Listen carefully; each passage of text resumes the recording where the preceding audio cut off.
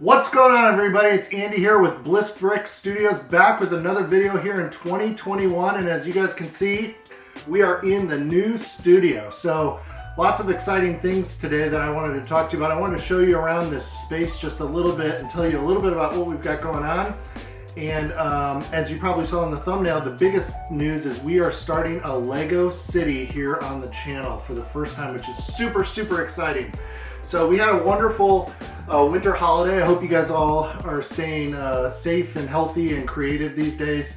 And wanted to tell you a little bit about the plans we got going on. So I'm actually in this new space, which has no windows.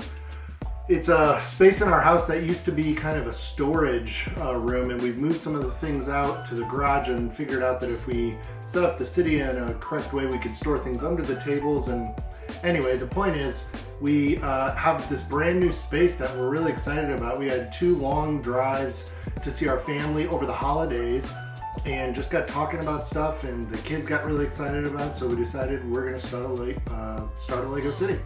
So the first step is I don't have any modular buildings, so we have to figure that out and get some things in place. So we'll talk about the city in a minute, but the other nice thing about this space is I finally have a kind of proper Lego desk, and in fact this desk is not my work desk, which is really exciting. I've got my day job where I do all of my work, and it's really nice to be able to move in here at night after working when I have some free time and get onto I've got my laptop plugged into just a monitor, get on a different machine and either design a mock on Brick Studio or build a set here at the desk, make some video content for you guys, or just kind of sort out some parts or something. So it's great to have like a dedicated space, which is just going to be over in this nook of this room here in the corner. So along with that came all of my parts, and as you guys know, I've had these Acro Mills drawers for a long time, and then we got the Sterilite drawers a while back. If you guys go back and look at that other video of how I organized my parts, I covered the Sterilite drawers quite a bit, but I haven't really dug into the Acro Mills drawers.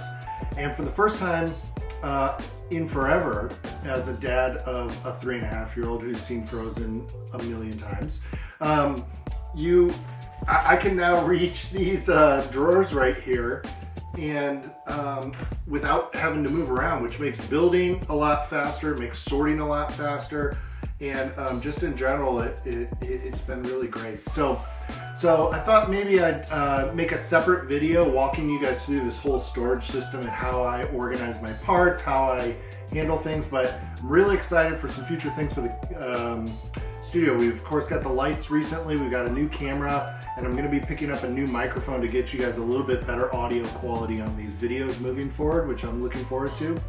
But I want to kind of maybe take you off the tripod there, and we'll just show you around the room a little bit and tell you kind of what we're thinking about for, I guess this is the Lego City update number 1, right? So let's take a look. Here we go. Okay, gang, you can see here's our new space that we got. It's pretty exciting. I was just sitting over there, and you can just see this is actually, the doors right here behind me. So I've got this nook with all my parts and everything and a desk, but then one bad part about this room is that's the only light we have right up there. So I got to work on getting some lighting, but we have this 3 wall space that I think is going to be really, really great. Don't mind the Funko Pops over there. I'm actually taking a picture to sell a few and thin out our collection. And of course it's looking, quite messy underneath those tables at the moment, but that's something we're going to work on. So this is the space we're dealing with, and you can see I've already got a 3 table setup going. So let me try and carefully move you over here, and we'll take a look at what we got going on.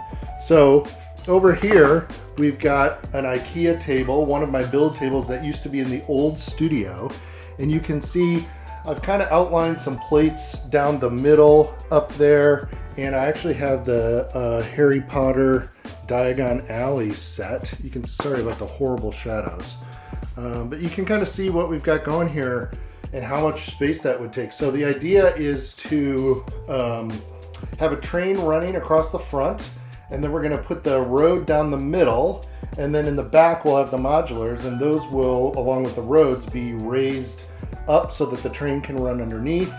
And then we've obviously, I don't know that these IKEA cabinets are gonna be here long term, so we might be able to even go further that direction or build off the side down to like a beachfront or something. Then we go back into the corner here, and then this is the longer wall that runs all the way around. And you can see our latest pickup. This just happened. I'll be reviewing this on my Instagram and on the channel, but we picked up the Ferris wheel, which is awesome. It's running. We moved in the Pirate roller coaster to kind of take a look at it and see how they look next to each other. But you can see we've mocked up a train track here. And if you guys follow me on Instagram, you know I just picked up this Harry Potter set, but I also just picked up this passenger train, and we had such a great time making this work together in my family. My son got it up and running on the app on my phone, and it's super cool. It's our first running train that we've ever owned. So we're gonna go all the way down here, and then I'm probably gonna eventually custom build some tables to go onto this space, which will eventually be the third side. It's a little bit of a mess right now because I've got some works in progress happening over there. So one problem I'm running into is you can see over here, I have a gap. And I've done the math, and I can slide that table all the way over, and then we go to a second table right there, but then I have a gap over there. So no matter how I do the math, it doesn't work out to have these tables without a gap in the corner. So I have to figure that out. I'm not sure what to do other than to like build a table, which I was not really looking forward to doing if I don't have to. I'm happy to build the platforms, but I wasn't really looking to build the tabletop. But I mean, it wouldn't be the end of the world if we had to do that. It just would be easier to use these IKEA tables, partially because these are really nice wooden tables, and we have 4 of them. One is the desk, and then we have one here, one on the left side of this wall, and then one on the right side. So yeah, that's kind of what we're looking at here with the city. So maybe let's go back over to the desk and we'll chat a little bit more about those plans. Okay everybody, so that's the new space that we've got here in the new Lego studio. I'm super excited about it, and I just think it's going to give us tons of potential. We have so many ideas. Let me just kick around some of the thoughts, you know, where my imagination is running wild, which is super exciting. I mean, that's kind of the point of Lego to begin with, right? A couple of things I've been kicking around with my wife and my kids is the idea of the baseball stadium. For those of you who've been around the channel for a while, you know that I built this 7 base plate by 7 base plate, 49 plate baseball stadium about a year ago now, and thought it might be cool to shrink that way down, and maybe do like a 4 base plate version of a modular baseball stadium that would maybe hang out over in that corner where that gap was. I thought that could be kind of cool. I picked up also a second Great Hall Harry Potter set, and now I'm wanting to rip apart my first copy of the set and make kind of a mock of the Great Hall that's a little bit more minifigure scale and a little more proper. I found this amazing mock online where you can take the wall off and actually see in, which I thought would be cool. I thought that might be nice over here on the left, on the far end by those IKEA shelves. You know, to have some maybe rock work, have the Great Hall, then move into Diagon Alley, and then let the city open up from there. A couple other ideas. We're already looking at some paneling for these walls to give an amazing backdrop. I've got a local art shop here in town that I'm really excited about calling and hoping maybe I could partner with them to work out something to get a photo printed on like 3 walls worth of stuff. And obviously I got to figure out what the best situation for that is. But I'm actually looking to make those walls modular so that maybe 2 to 4 times a year with the seasons, I could potentially change the backdrop of the city. Wouldn't that be cool? I'm thinking, you know, something in the fall where I've collected all kinds of different, let's see here. You guys know these these leaves that are in this color here, if you can see the kind of burnt orange, you know, changing the trees out at that time of year, getting minifigures separated in these drawers back here by fall, winter, spring, summer, and being able to, like, once the city's up and running and lit up, I do plan to do light kits with the city as well. Then we can actually start to make those like modifications, so about every quarter it would change. So huge ambitions for sure. We'll see if we get there or not. You know, it's going to take some time. I got to be patient. If you're paying close attention, you may have noticed underneath the table over there, we've got the assembly square set, which I'm really excited to build. So I've got 3 more builds of Diagon Alley to go, and we've got assembly square already on hand. So I got to get those up and running. I'm trying not to rush through them because I really want to enjoy the build process, of course. Like, this is all just for fun, and you know, they're expensive sets, so I don't want to rush through them too much. But I've been checking out a lot of the mocks online. Like, you know, there's the Disney Castle modification that you can make into a costume shop, which I think would be really neat. But I'm equally excited about designing my own. I mean, the build standard is fairly straightforward, and I think it would be really, really fun to do something. So I, of course, live in Knoxville, Tennessee.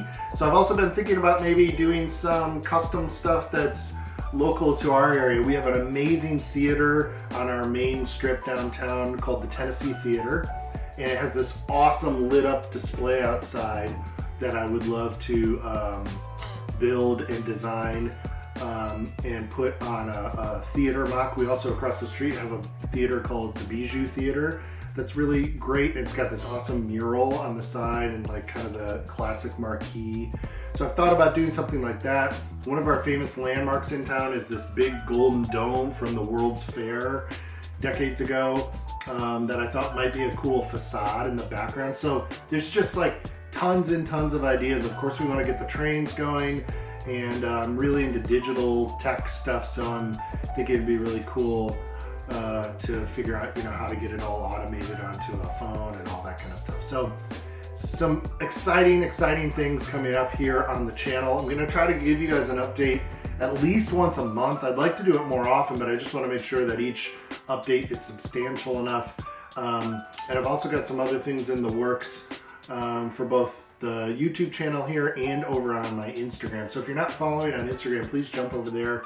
We just did our 1,000 follower giveaway actually last night, and gave away this Bespin Duel set over there. So we're on the road to 1,000 here on YouTube, and I'm just super excited, and we've got a lot of really great stuff coming. So I think that's going to do it for today. Lego City update number 1. Leave me a comment down below on what you think of these ideas would be the coolest thing, what you would like to see more of here on the channel. And also, it's time for us to start thinking about names. And I would like to come up with a name that doesn't have the word brick in it. I want to come up with something unique, you know, that kind of makes our city stand out. And I'm just so excited to go on this journey with our family, share it with you guys, and as always, it's great to connect with all of you. So I think that's going to do it for today. Hope everybody is staying healthy and creative. Thank you as always for watching, and I will see you on the next video. Take care.